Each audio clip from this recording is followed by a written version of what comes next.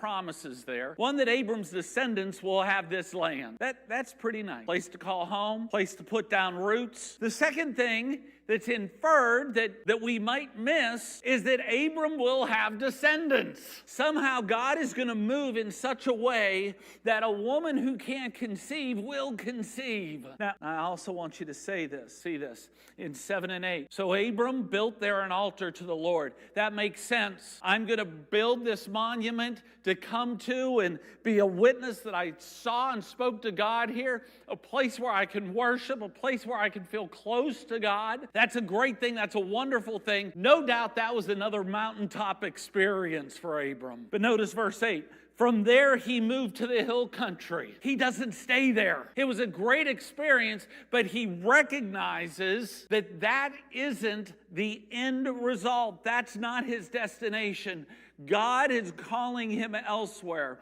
Church, how many times when we leave our familiar, our comfortable, our hometown, our dad's house, our country, so to speak, and we move on, that first mountaintop experience that we have, we stay there. We hold to it. It's the feeling that we needed. It's the encouragement we have wanted. We're going to just stay right where we are because something great happened. Fortunately, Abram was walking close enough to God that he recognized that the good is the enemy of the best. I hope you understand that. Might have some perplexed faces. What exactly does that mean? Well, we all know rotten isn't the enemy of the best, because when something's rotten, you do something about it to improve. But many times, we become complacent when good things are happening. And we'll say it, well, isn't that good? But God calls us to more than good. He calls us to his best. Our best effort,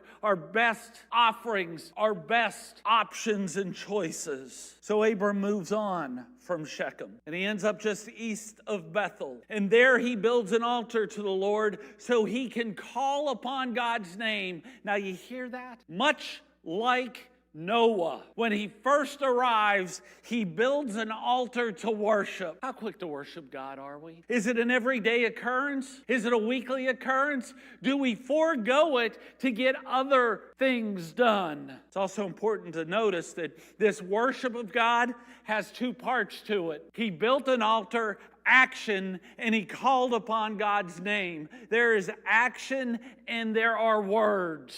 Abram is giving all that he has in order to show God his faith and his commitment.